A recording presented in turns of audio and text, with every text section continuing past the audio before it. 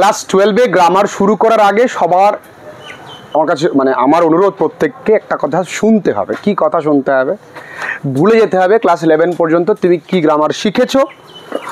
কারণ ক্লাস 11 পর্যন্ত তোমার দু ধরনের কনফিডেন্স আছে। এক হচ্ছে আমি পারি না কিছুই, স্যার গোড়াতে শিখলেই ভালো হয়।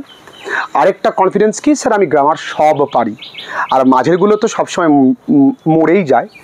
তো আমি মনে করব তুমি 12-এ যা শিখেছো ভুলে যাও, সরি মানে তুমি ক্লাস 11 পর্যন্ত যা করেছো ভুলে যাও, ক্লাস 12-এ নতুন করে শেখো।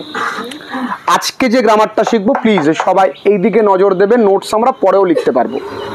আজকে যে গ্রামারটা আমরা শিখবো সেই গ্রামারটা হলো স্প্লিটিং। কি শিখবো বন্ধুরা? আমরা 11-এ হালকা শিখেছি, 12-এ আরেকটুখানি কনসেপশন ক্লিয়ার করবো এবং বারবার করে বলছি 12-এ কিন্তু টেক্সচুয়াল গ্রামার দেবে। কি দেবে বন্ধুরা?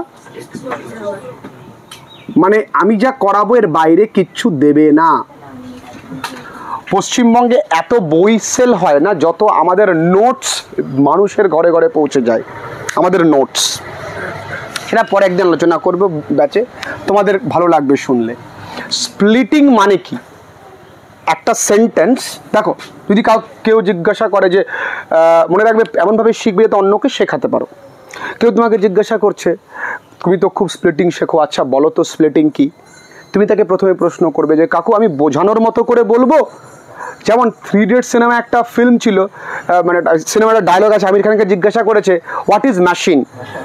আমির খান বলেছিল এ পাঙ্খা এক মেশিন হ্যাঁ, এ ফ্যান কা জিপ ওয়াক up down up down up down এক মেশিন হ্যাঁ। তাই তো আলটিমেট সত্যিই তো এটা মেশিন। কিন্তু আমির খানকে কি করা হয়েছিল? প্রত্যাখ্যান করা হয়েছিল যে হ্যাঁ পারো না বলতে। একজন আমি মেশিন বলছিল ওয়াও গ্রেট ওয়াও গ্রেট। তার মানে কি আলটিমেট ও মেশিন, তাই না? ও মেশিন। কিন্তু তাই বলবো বিষয়টা তুমি বোঝানোর জন্য শিখবে। কি স্প্লিটিং হচ্ছে একটা সেন্টেন্স, একটা বড় সেন্টেন্স থাকে মা, সেই সেন্টেন্সটা কখনো সিম্পল সেন্টেন্সে থাকে, সেই সেন্টেন্সটা কখনো কমপ্লেক্স সেন্টেন্সে থাকে,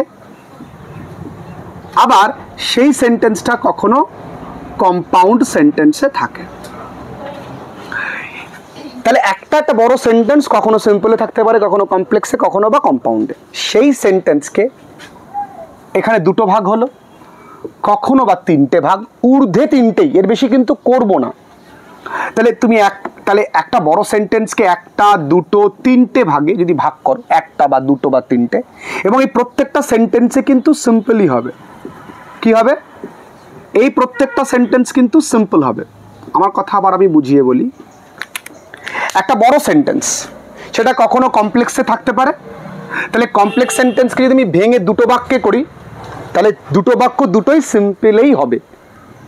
আবার যেমন আমি তোমাকে একটা উদাহরণ দিই, যদি বলি I saw a lady who was beautiful, এটা কোন সেন্টেন্সে আছে? কমপ্লেক্স সেন্টেন্সে আছে। আমি জানি, আমরা বহু ক্লাসে বলেছি। তাই এটাকে আমি দুটো বাক্যে পরিণত করতে পারি। কি করে? I saw a lady full stop, এই হু এর আগে কি আছে? লেডি মেয়ে, তাহলে শি ওয়াজ বিউটিফুল হয়ে গেল। তার মানে এই যে দুটো বাক্য আমি করলাম, এই দুটো বাক্যটাই দুটোই কিন্তু কি সিম্পল সেন্টেন্স। তার মানে আমি সিম্পল থেকেও যখন করব তাহলে সবকটা বাক্য সিম্পলই হবে। কমপ্লেক্স থেকেও করলে দুটো বাক্যে 3টে বাক্যে সিম্পল হবে, কম্পাউন্ড থেকেও করলেও দুটো বাক্য 3টে বাক্য সিম্পল হবে। আজকে আমরা কোন বাক্যে স্প্লিটিং করব? আজকে আমরা সিম্পল সেন্টেন্সের স্প্লিটিং করব। ও বন্ধু কঠিন কিছু নেই, ও বন্ধু খুব সোজা। তাহলে স্প্লিটিং কাকে বলে? স্যার একটা এরম বড় বাক্য দেবে, স্যার 2-3টে ভাগ করবো, 3টে 4টে যা করবো স্যার সবকটাই কি হবে স্যার? সিম্পল সেন্টেন্স হবে। কোনো ব্যাপার। এই সেন্টেন্সটা কখনো সিম্পলে থাকতে পারে, কখনো কমপ্লেক্স সেন্টেন্সে থাকতে পারে, কখনো বা কম্পাউন্ড সেন্টেন্সে থাকতে পারে। ক্লিয়ার? কি হয়েছে? না না না, কোথায় নেবে? না থাক থাক, না না না না না না না, কাকা পারবে না, কন্ট্রোল করতে থাক। তুমি বেশি। ও কাকা, ও কাকা, ও কাকা, ওই ঘরে ফ্যানের লাইনটা দেওয়ার আগে আমার সাথে আলোচনা করে দেবে। আচ্ছা, তাহলে এইবার আমরা সিম্পল সেন্টেন্সে স্প্লিটিং করব। দেখো কত সহজ, একটু দেখে নাও। ধরো আমি বললাম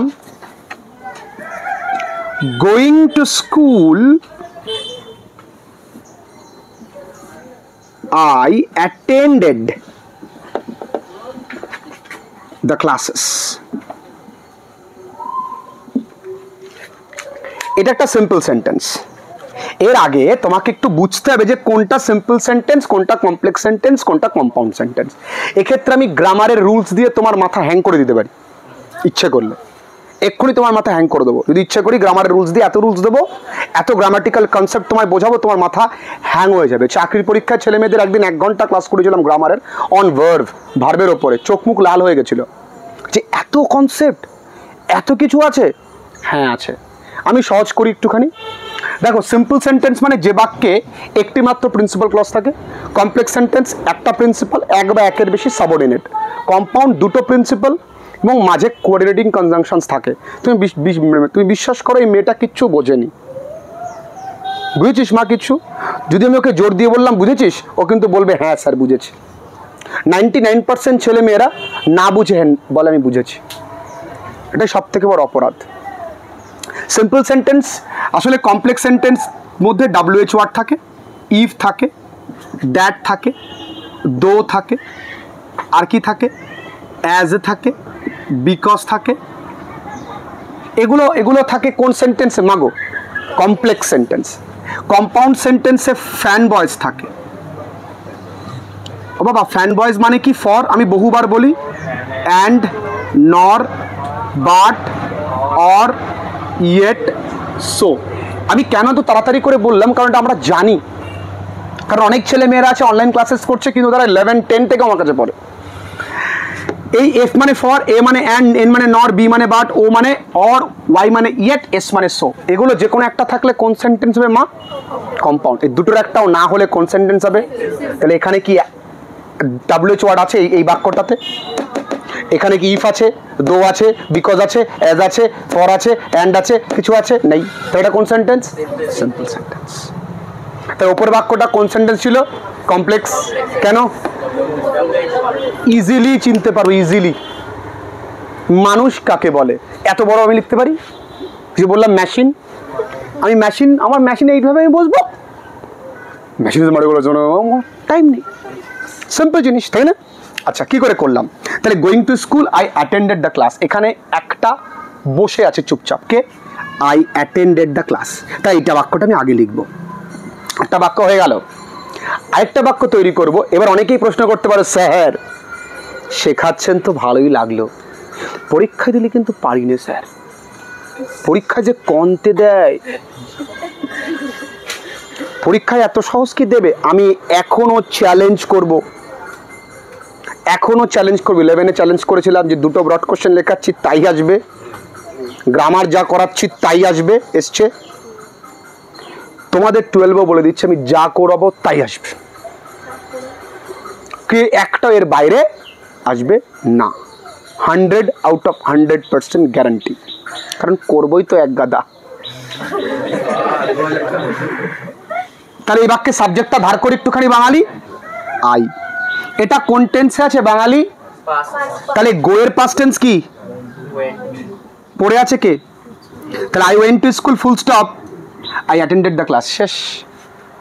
এই ইরাম সোজা। এইবার দেখ, এর কোনো নাম নেই, কিন্তু এর নাম দেব। এর নাম হচ্ছে পার্টিসিপল। কি নাম এর? পার্টিসিপল দিয়ে আমরা স্প্লিটিং করলাম। যদি আমি শুরুতেই বললাম আজকে today we gonna learn splitting using participle, তো ভয় পেতে, পার্টিসিপল সেই আবার বুঝি না যেটা, তাই তো? কিন্তু কত সহজ জিনিস, এক্ষুনি পারবে করতে। দেখো, যদি বলি coming close to the window, coming close to the window, I faced it, বলো এটা কি হবে? এটা তোমাদের বই থেকে দিচ্ছি, টেক্সচুয়াল। কি হয় বলো? বাঙালি কে বললো? I faced it। এবার আই না শোনা না, আই কেম, ভেরি গুড। ও শোনা আই অ্যালোপজি, I apologize, I came close to the. কঠিনে এরাম করে গ্রামার হয় তাই নাকি বাঙালি পারে না? কঠিন। আরেকটা দিই করতে প্লিজ, আরেকটা তোমাদের বই থেকে দিই। হ্যাঁ, টার্নিং ফ্রম দ্য উইন্ডো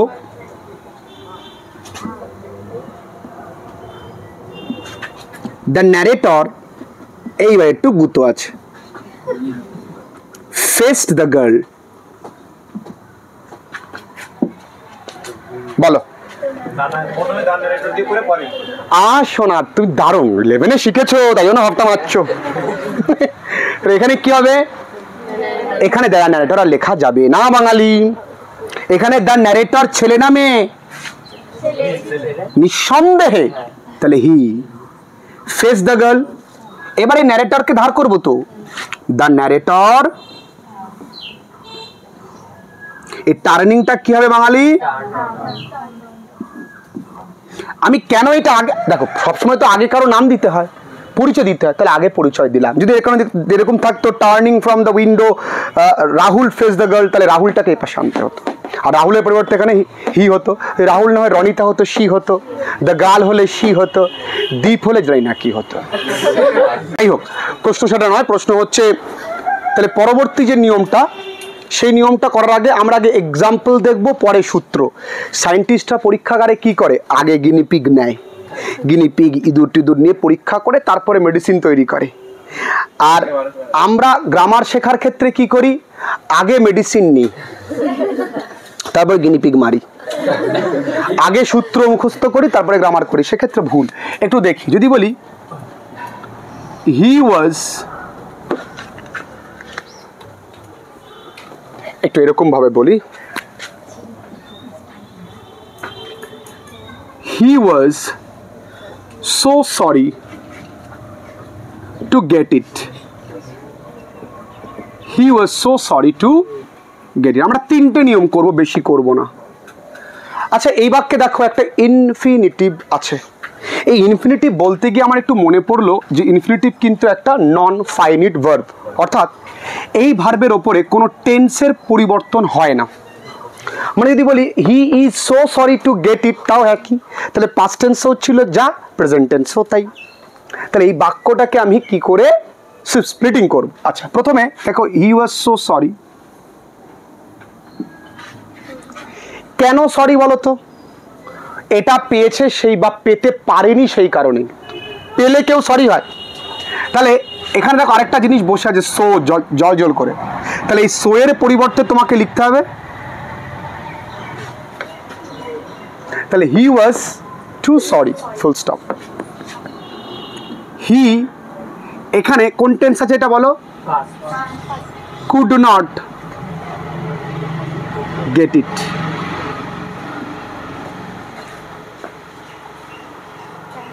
একটুখানি এইটা বোঝানোর আগে দেখো, এটা তো বুঝলে, এটা চট করে বোঝানোটা আমার ঠিক হলো না। আমি তোমাদেরকে একটু সহজ করে বোঝাই, কারণ আমি যখন তোমাদের চোখ মুখের দিকে তাকিয়ে দেখলাম তোমাদের অবস্থা খারাপ হয়ে গেছে। চট করে একটু অ্যাডভান্সে গেছি, মাথা শেষ। এটা দেখো, বিং টায়ার্ড, পরের এক্সাম্পল, বিং টায়ার্ড হি টুক রেস্ট। এই একটা এক্সাম্পল দিলাম, আবার দেখবে হি having done this,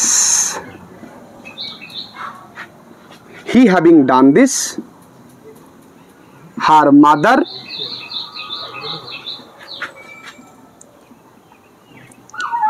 thanked him. আচ্ছা, দুটো বাক্য আমি লিখলাম, ভালো করে বুঝবে। এই বাক্যে কি আছে বন্ধুরা? বিং। এটা কোন সেন্টেন্সে আছে? Simple sentence. এই বাক্যটাও শুরু হয়েছে কি দিয়ে বন্ধুরা? তাহলে এটাও একটা পার্টিসিপল, এটাও একটা কি বন্ধুরা? আচ্ছা, আইএনজি থাকলে সব কি পার্টিসিপল হয়? আইএনজি থাকলে পার্টিসিপল হয়, আইএনজি দিয়ে আবার জিরান্ড হয়, আইএনজি দিয়ে আবার ভার্বাল নাউন হয়। তুমি কি করে ডিফারেন্সিয়েট করবে সেটা ক্লাস 12-এ এখন বোঝার বিষয় নয়। আফটার 12 তোমাদের গ্রামার শিখতেই হবে ভালো করে, তখন আমরা শিখবো। কিন্তু এখন যদি আমি ওই গ্রামার ডিটেলে যাই, তুমি মেন জায়গা থেকে সরে আসবে। আমি আমার পাণ্ডিত্য জাহির করে ফেললাম, কিন্তু তুমি তোমার জায়গা থেকে সরে আসবে। তাহলে আমার কাজ কি? দেখো এখানে একটা বাক্য অলরেডি পড়ে আছে, কে? সাবজেক্টটা ধার করি, এখানে মনে রাখবে am is R was were আছে পড়ে। কি করে বুঝবো? এই টুকটা পাস্ট টেন্স, তার মানে এখানে কি হবে? হি ওয়াজ টায়ার্ড, ফুল স্টপ। তোমার কাছে তখনই এটা সহজ হবে যখন তুমি এটা করতে পারবে। কিরকম? Being upset, Ronit did not go to college. বলো কে পারবে? ইয়েস, এখানে রনিত লিখতে পারবো না, লিখবো কি? He did not go to college. এখানে সাবজেক্টটা কে বলো? এইটা কি হবে? Did not past tense. আমরা 3টে নিয়ম করব আজকে, আমরা বেশি নিয়ম করব না। আমরা কিন্তু হ্যাঁ একদমই তাই, হি ওয়াজ টায়ার্ড। অবশ্যই এটা তো প্যাসিভ নয়, এটা তো হি ওয়াজ টায়ার্ড, এটা তো অ্যাডজেক্টিভ, ক্লান্ত। আচ্ছা, রনিত ওয়াজ আপসেট, ক্লিয়ার? বুঝতে পেরেছি। আর একটা করতে দেব, দেখো being weak I could not move. বলো এবার বলো, কেউ একজন জোরে জোরে বলো, যে পারবে।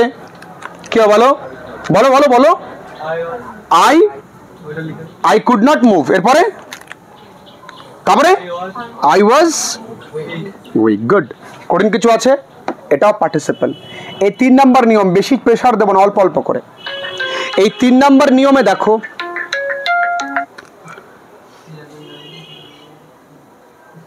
দশ মিনিট পরে ফোন করছি, 10 মিনিট পরে পড়াচ্ছি আমি।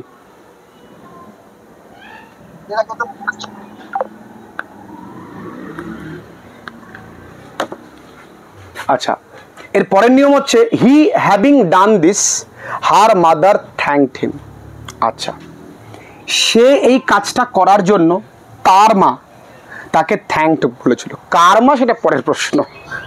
তার মা, হার মা মানে কিন্তু ছেলেটা কিছু একটা করেছে, আর মেয়ের মা হয়তো বা ধন্যবাদ জানিয়েছে, জামাই লাগবে না আমার কামাই, তুমি আবার জামাই কাজ করেছ। তাহলে কি করব? কি আর করব? কিছুই না, এখানে বসে আছে অলরেডি। আর এইখানে হি, এটা পাস্ট টেন্স যেহেতু, এই ডানটাকে ডিড করে দেবো, শেষ। এই নিয়মটার নাম কি? এই নিয়মটার নাম nominative absolute.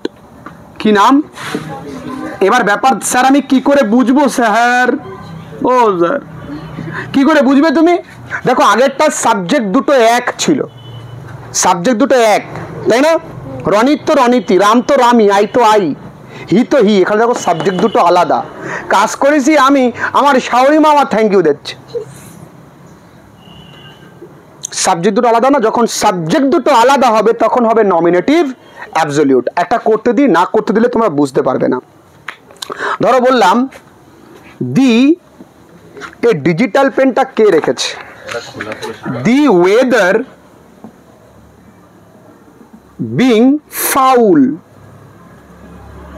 The weather being foul we decided to stay home. আমরা কি সিদ্ধান্ত নিয়েছিলাম? বাড়ি থাকবো। বলো কি হবে? কি হবে বলো বাঙালি? দুটো সাবজেক্ট আলাদা কিনা বলো? একটা ওয়েদার ফাউল, আর একটা কি আমরা। তাহলে কি দা ওয়েদার, এই বিং এর জায়গায় লিখবো কি? মনে রাখবে, যেখানে বাঙালি বিং সেখানেই তো am is R, R K? Was wire. তোমাদের একটা জিনিস বলি, তোমরা তোমাদের বন্ধুদেরকে জিজ্ঞাসা করতে পারো, এই যে ডু, ডিড, ডান, এই দুটো ফাইনিট ভার্ব, এটা নন ফাইনিট ভার্ব, জানো? আবারও বলি, ডু, ডিড, ডান, ডানটা কি? Non finite verb. ঠিক আছে, জাস্ট ছোট্ট করে তোমাদেরকে বললাম। তাহলে দা ওয়েদার, এখানে বিং আমি কি লিখবো? ওয়াজ। ফাউল, ফুল স্টপ। লাস্ট আরেকখানি করতে দিই। আচ্ছা, she having said this, the narrator smiled, কি হয় বলো? she said this having bath, the narrator smiled. এই তো গ্রামার, আর এইভাবেই তো শিখতে হয় গ্রামার। কি করেছি একটু চোখ বন্ধ করে ভাবি। প্রথমে আমি সিম্পল বুঝেছি, কমপ্লেক্স বুঝেছি, কম্পাউন্ড বুঝেছি, চিনতে কি করে হয়, স্প্লিটিং কাকে বলে বুঝেছি। তারপরে বুঝেছি আমরা যে পার্টিসিপল দিয়ে কি করে করব, বিং থাকলে কিভাবে করব, হ্যাভিং থাকলে কি করে করব, সাবজেক্ট দুটো আলাদা থাকলে কি করে করব। বাড়িতে গিয়ে একবার দেখব, তাহলে ক্লিয়ার হবে। আর আমরা ধরে ধরে তো গ্রামার প্র্যাকটিস করবই। আজকে এই ক্লাসটা এখানেই শেষ করলাম। টেক্সট পড়েছি, এসএকিউ করেছি, গ্রামার করেছি। আগামী দিন ব্রড কোশ্চেন লিখব। আমার ছবি তুলছিস, ভালো করে পোজ দি তোল। আজকের ক্লাসটা এই পর্যন্ত।